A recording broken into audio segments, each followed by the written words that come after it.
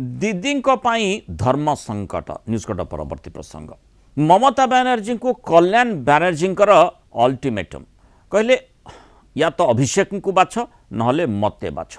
दीदी को निजर चरम बाणी शुणई टीएमसी सांसद सफा सफा कहते मु एबे भी दीदी सहित अच्छी किंतु अभिषेक बनर्जी अहंकार को सह्य करि पारिबि नाही।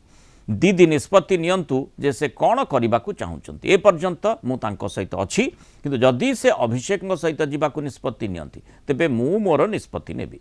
अभिषेक नकली दस्तखत मामलें निजक दूरे रखिंट कल्याण बनर्जी। अन्यपटे ममता माने दीदी दल कथा जदि देखा टीएमसी को बंचेवाई दीदी कसरत जारी रखिंट से जनक पर जड़े नेता जेमती टीएमसी को झटका दे छाड़ुछंती सेठी मध्य मुंड व्यथा तांकर बढ़ुछि। प्रकाश सिंह बारिक तृतीय सांसद भाव राज्यसभा इस्तीफा देइछंती। काली राज्यसभा सदस्य पद इस्तीफा सह टीएमसी छाड़ी राज्यसभा सदस्य सुस्मिता देव एवं पूर्वर मध्य जेमती आमे जानिछे सुखेंदु चौधरी मध्य छाड़ी एबे राज्यसभा रे दलर संख्या 10 सांसद को ह्रास पाइबाकू जाउछि। आगामी सप्ताह भितरे आहुरी 3 जन टीएमसी राज्यसभा सदस्य इस्तीफा दे पारंती बोली मध्य चर्चा होउछि। सेपटे विद्रोही तृणमूल कैंप्रे सायनी घोष जे कि अति माने घनिष्ठ थिले दीदींकर एवं भल समर्थक मध्य थिले बोली चर्चा हुए तांकर ना थिबा आलोचना होउछि। एनडीए को समर्थन नहीं विद्रोही टीएमसी सांसदों पक्षरु लोकसभा बाचस्पति को लिखा जाइतबा चिठी रे सायनी घोष दस्तखत रही। ममता अन्यतम सबुठारु विश्वस्त सायनी घोष थिले। गत 15 दिन भितर तृणमूल कांग्रेस रे अंतर कंदल तेणु तीव्रतर रूप नेबारे लागिछि। सेही भितरे कांग्रेस सहित विलय कथा ये भी चर्चा भितर को आसी। आम आलोचना करबा संपर्क रे ए प्रकार घड़ी संधि मुहूर्त को किभली भाव में सामना करुछंती दीदी एवं तांकर दलीय नेतृत्व। कोलकाता ब्यूरो हेड प्रमोद महांती जोड़ी होती। प्रमोद निश्चित भाव में गोटे एभली दल जो दल दीर्घ दिन धरी शासन क्षमतार थिला खूब पावरफुल मध्य हठात जो माने गोटे निर्वाचन रे हारी जिबा परे ये प्रकार स्थिति केही केबे कल्पना करन थिबे। अर्थात जो माने वर्तमान दल छाड़ुछंती जो संगठन पूर्वर रही आसीथिला से संगठन गोटे पर गोटे भांगी भांगी चली।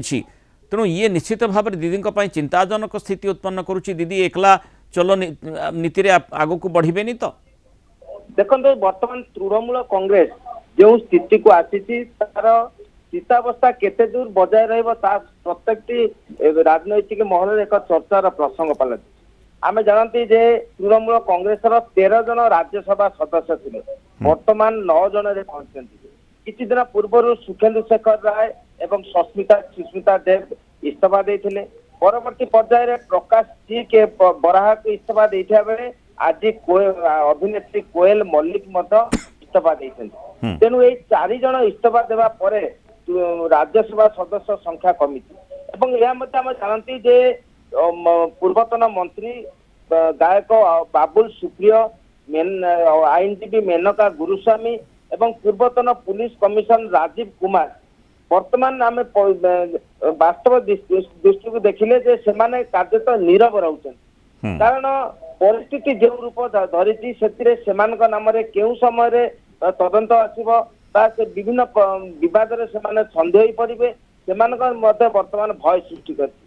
एवं अन्य पक्षरे हम देखिबा जे लोकसभा रे काकली घोष दोस्तीदारक नेतृत्व रे वर्तमान प्राय 22 जन सांसद एकजुट होइछन्ती एवं तृणमूल कांग्रेस रु सेमाने बाहरी आसीबे जहाद्वारा जदि 22 जन बाहरी आसन्ते ताले तृणमूल कांग्रेस रा मात्र 8 जन सदस्य रहिबे। सेहिपरि आमे विधानसभा को देखिबा जे ऋतुव्रत बंदोपाध्याय नेतृत्व रे वर्तमान 64 जन विधायक एकत्र होई तृणमूल ममता बनर्जी गोष्ठी बाहरी आछन्ते एवं सेमाने प्रकृत तृणमूल कांग्रेस बोली सेमाने दाबी करछन्ते। किंतु सबटु गुरुत्वपूर्ण कथा जे अपडेट कथा देखिबा कल्याण बनर्जी जो मंतव्यटी रही जहाँ से अभिषेक बनर्जी सहित तुलना करी कहिसन्ते अभिषेक बनर्जी किंबा मते काहाकू गोटे को सहित आपन को जीवाकू पड़िबो।